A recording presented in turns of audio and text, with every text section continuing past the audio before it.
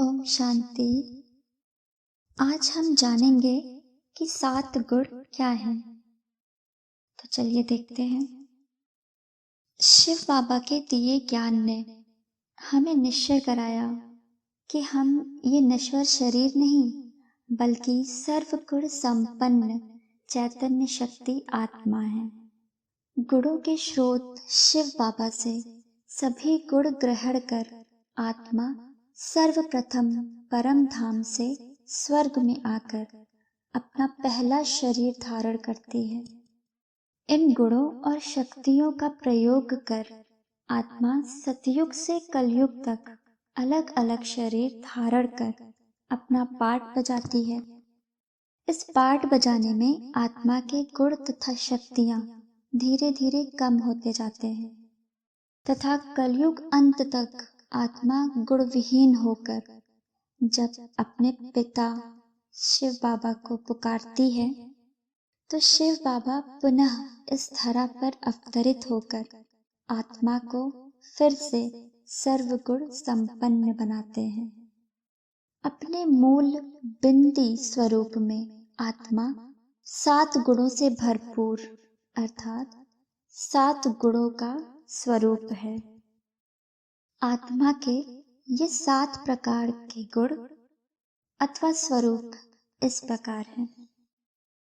ज्ञान स्वरूप, शांत स्वरूप, प्रेम स्वरूप, पवित्र स्वरूप, सुख स्वरूप, आनंद स्वरूप तथा शक्ति स्वरूप। आइए अब हम एक एक गुण को विस्तार से समझते हैं। पहला गुण है ज्ञान। ज्ञान अर्थात समझ, विवेक।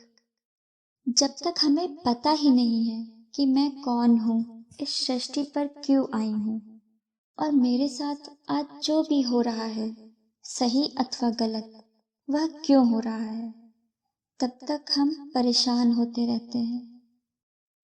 इन सभी प्रश्नों के या कहें जीवन के प्रत्येक प्रश्न, प्रत्येक परिस्थिति का जवाब शिव बाबा ने अपनी मुरलियों में दिया है।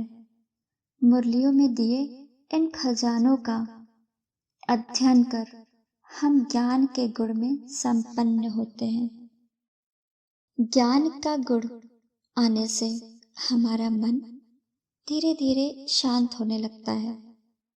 इस सृष्टि रंगमंच पर अपना व दूसरों का पाठ देखकर हमारा मन प्रश्न नहीं उठाता है बल्कि शांत रहता है, जिससे हमारे अंदर शांति का गुण आता जाता है। मन शांत रहने के कारण अब यदि हमारे साथ कोई गलत व्यवहार करता भी है तो अब हम समझ सकते हैं कि सामने वाला व्यक्ति ज्ञान की कमी के कारण या कहें कि काम, क्रोध, लोभ, मोह, अहंकार, इन 5 विकारों के वश होकर ऐसा व्यवहार कर रहा है। तो ऐसी परवश आत्मा के प्रति संकल्प न चलाकर हमारे अंदर अब रहम की भावना उत्पन्न होती है, जिससे हमारे अंदर प्रेम का गुण स्वतः आने लगता है और हम सबसे निस्वार्थ प्रेम करना सीख जाते हैं। शिव बाबा द्वारा दिया ये ज्ञान हमें उच्च स्तरीय विचार प्रदान कर न सिर्फ हमारे कार्य व्यवहार में बल्कि हमारे संकल्पों में भी शुद्धता या दिव्यता लाता है। दिव्यता से भरपूर होकर हमारे भीतर पवित्रता आने लगती है, जिससे हम पवित्रता का गुण स्वरूप बन जाते हैं। अपने संकल्पों पर निरंतर नजर रखते हुए तथा सभी प्रकार की नकारात्मकता से दूर रहते हुए हमारे संकल्पों में पवित्रता आ जाती है। ये पवित्र संकल्प ही हमें सुख की अनुभूति कराते हैं तथा हमारे अंदर सुख का गुण लेकर आते हैं। संकल्पों की एकाग्रता से हम अपने मन को शिव बाबा पर एकाग्र करके उनसे ही सर्व संबंध निभाना सीख जाते हैं। अंतर्मुखता की इस अवस्था में हमारे ऊपर बाह्य जगत की किसी घटना का प्रभाव नहीं पड़ता तथा हम अपने भीतरी जगत में उस सत्य स्वरूप शिव बाबा के साथ सर्व संबंध निभाते हुए निरंतर खुश रहना सीख जाते हैं और हमारे अंदर आनंद का गुण आता जाता है।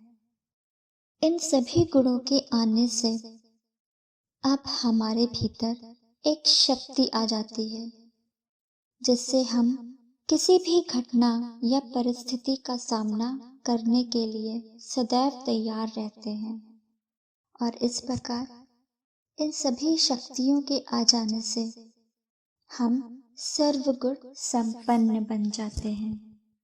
ओम शांति।